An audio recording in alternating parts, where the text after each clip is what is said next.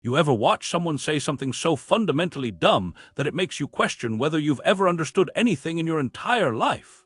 Seems Destiny just had this experience with Gary Economics. Clue how I'm so curious. If you're a fan of mine, I don't know how you watch stuff like this. I don't know who I appeal to sometimes.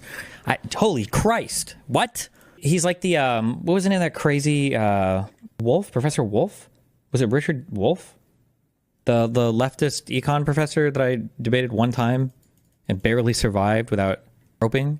Jesus. Okay. The lesson to this is compound interest is evil, I guess, and it causes wealth inequality. Be careful. Maybe he's saying the exponential growth for the rich makes them buy all the assets, which increases the price of all assets, which renders the compound interest growth for the poor meaningless, as the rich have greater exponential growth in money. I'm being charitable. Why would you even call this compound interest?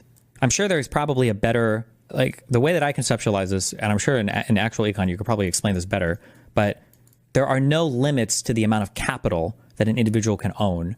And capital has become more and more and more and more productive through time.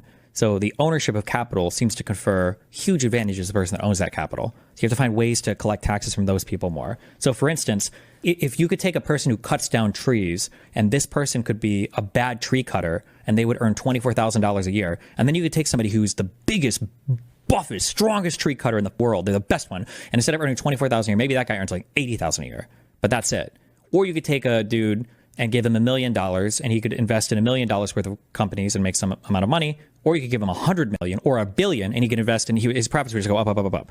Like the capital has become more and more productive, I think, such that if you own capital, you're making more and more money on it, right? Like owning one car manufacturing plant probably confers a greater advantage than owning like a sewing loom shop or something than it did in the past.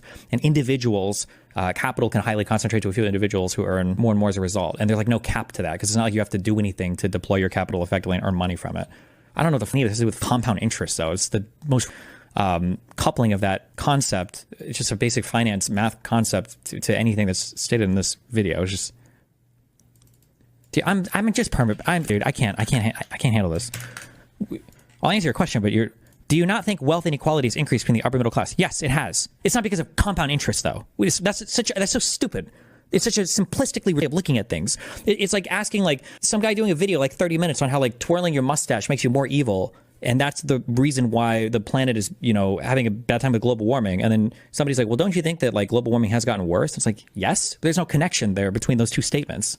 I think what makes Destiny off-putting for some is that he is the well-actually guy. I'm not well-actualing, though. Fundamentally, this video is, it's not like, well, he kind of oversimplified some things and he's missing the point, blah, blah, blah. This guy's saying that, like, compound interest is the determining thing, the thing that explains why wealthy people and the gap between the wealthy and the middle class is growing. It's just dumb. This video is stupid on every level. It's not a good simplistic explanation of literally anything. It's not a good explanation for what's going on in society, and it doesn't give you a good way to combat, I think, the current societal problems. Or if it does, it's in a super lucky roundabout way. Like, for instance, higher capital gains taxes, I think would probably be a good thing, at least in the United States. I can't speak to other countries at all, but in the U.S., I think having a higher long-term capital gains rate, I think would probably be good. Literally not the point he's making. The point he's making is that people and whatever bad, and then here's one concept that I dug out of my year one finance book, and I'm going to twist this into the craziest thing ever to make it sound like I'm giving you some astute analysis based on my background that I've completely fabricated to convince you that I have some insightful take on econ.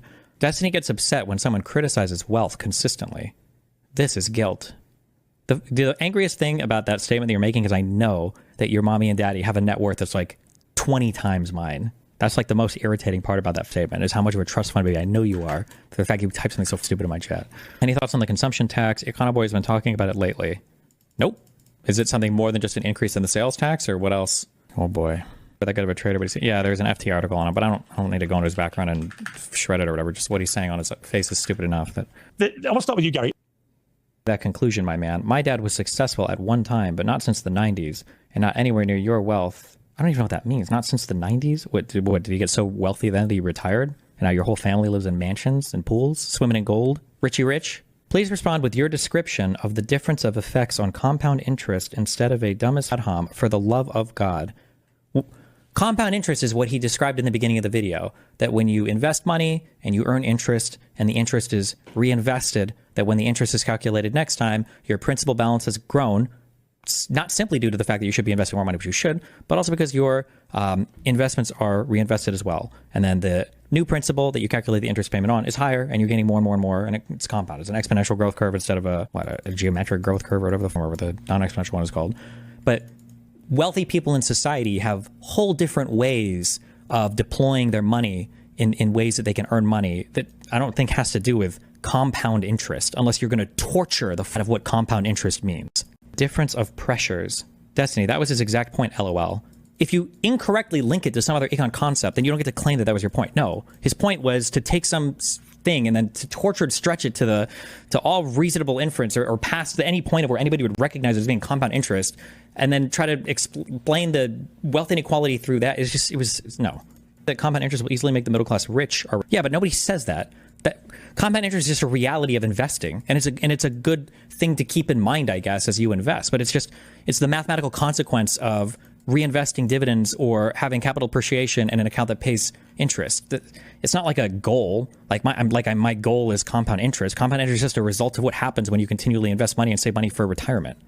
Like someone will be standing in front of a whiteboard scribbling away with the passion of a tenured Harvard professor, and you're just sitting there thinking, am I the idiot?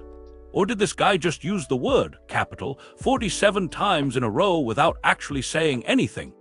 Enter Gary and his take on wealth inequality, compound interest, and the great cosmic injustice of rich people continuing to get richer while the rest of us fight over who gets to eat the last stale Pringle at the bottom of the can.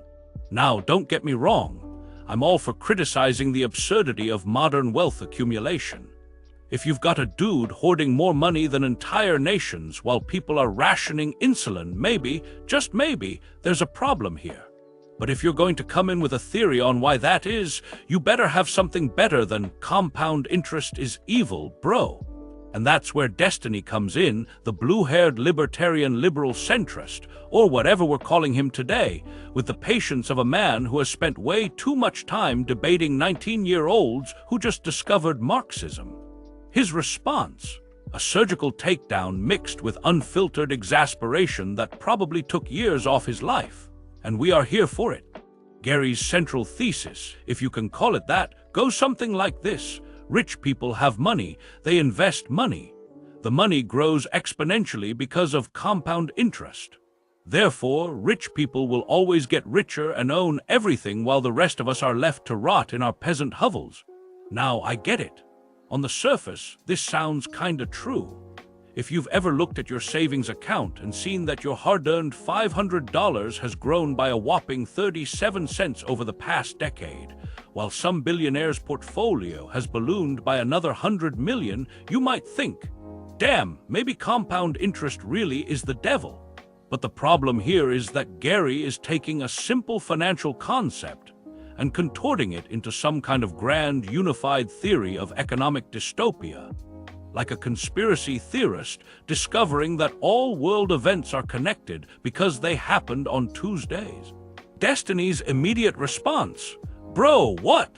He points out, correctly, mind you, that wealth inequality isn't growing just because of some magical compound interest juju. There are actual systemic reasons behind this.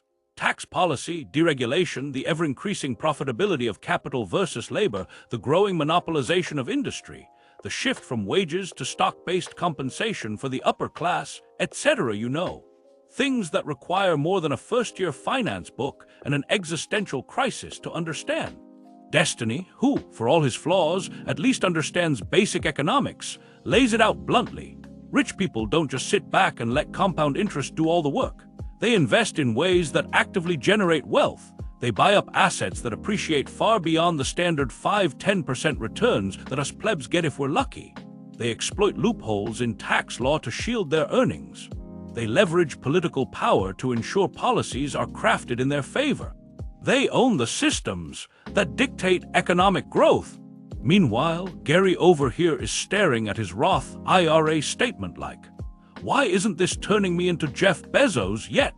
Destiny also brings up a point that should be obvious. The middle class has also benefited from compound interest. Have you ever met a boomer with a decently managed 401k? The dude is out here flexing his retirement fund like it's a Rolex. That's compound interest, baby. But it's not turning him into a billionaire, because that's not how any of this works. Now, before we go full destiny is always right mode, because let's be honest, nobody is always right, except maybe your mom when she told you not to drink expired milk. Let's give a little pushback. While Destiny correctly dismantles Gary's asinine take, there is some room for discussion here. While compound interest isn't the sole culprit, Destiny sometimes downplays just how much financialization of the economy has benefited the ultra-rich. When the vast majority of stocks, real estate, and other high-value assets are concentrated in the hands of the top 1%, there's a self-reinforcing cycle that keeps them on top. It's not just about investing money smartly. It's about having access to entirely different markets that the average person simply never will. Yes, some middle-class people benefit from compound interest, but it's nowhere near the same scale as the ultra-wealthy. Boomers who bought houses in the 80s and 90s are sitting on mountains of equity today, while younger generations are getting priced out of everything. That's not just about smart investing. That's about structural economic shifts that favor old money over new earners. We get it, Destiny. You've debated too many breadtubers who think the solution to capitalism is nationalize all the things and then vibe. But sometimes there are real structural critiques worth considering, and a more nuanced discussion on taxation, financial reform, and wealth redistribution wouldn't kill him. At the end of the day, Destiny was right to clown on Gary's take. The idea that compound interest alone is responsible for wealth inequality is a reductionist fantasy. But that doesn't mean the concerns about extreme wealth concentration are invalid. The problem isn't some abstract math formula. It's how wealth is accumulated, protected, and expanded by those at the top, often at the expense of everyone else. So while we enjoy watching Destiny obliterate another clueless econ bro, let's also remember, the system is rigged, but not because Jeff Bezos has a really sick savings account. It's because the people with wealth and power are actively working to keep it that way. Now, let's all go check our bank accounts and cry together.